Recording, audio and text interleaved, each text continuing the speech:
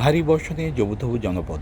চাঁদপুরের উঁচু জায়গায় বসতবাড়ি আর মূল সড়ক রক্ষা পেলেও ভারী বর্ষণে ডুবে গেছে বাকি সবকিছু।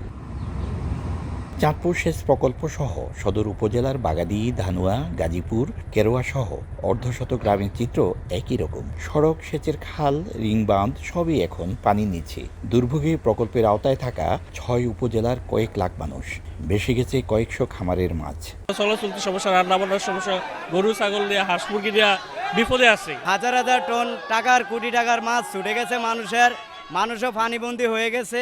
মাছের প্রজেক্ট সব বৃষ্টিতে সব ভেসে গেছে, সব মাছ চলে গেছে। প্রকল্প এলাকার মানুষের দুর্ভোগ এবং ক্ষয়ক্ষতি কমাতে তাৎক্ষণিক ব্যবস্থা নেওয়া জরুরি। প্রকল্পের বাঁধের বাইরে নদীতে পানির উচ্চতা বেশি থাকায় নিষ্কাশনের সময় লাগছে বলেও জানালেন সংশ্লিষ্টরা। ভাটার সময় হচ্ছে যে আমরা আমাদের নেভিগেশন গেটগুলো খুলে দিচ্ছি, তখন ভিতর থেকে পানি বাইরে চলে যাচ্ছে।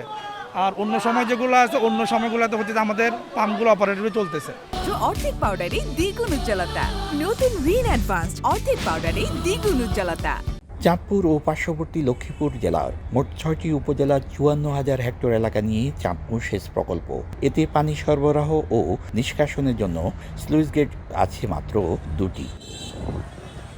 ফারুক আহমদ, সময় সংবাদ, চাঁদপুর।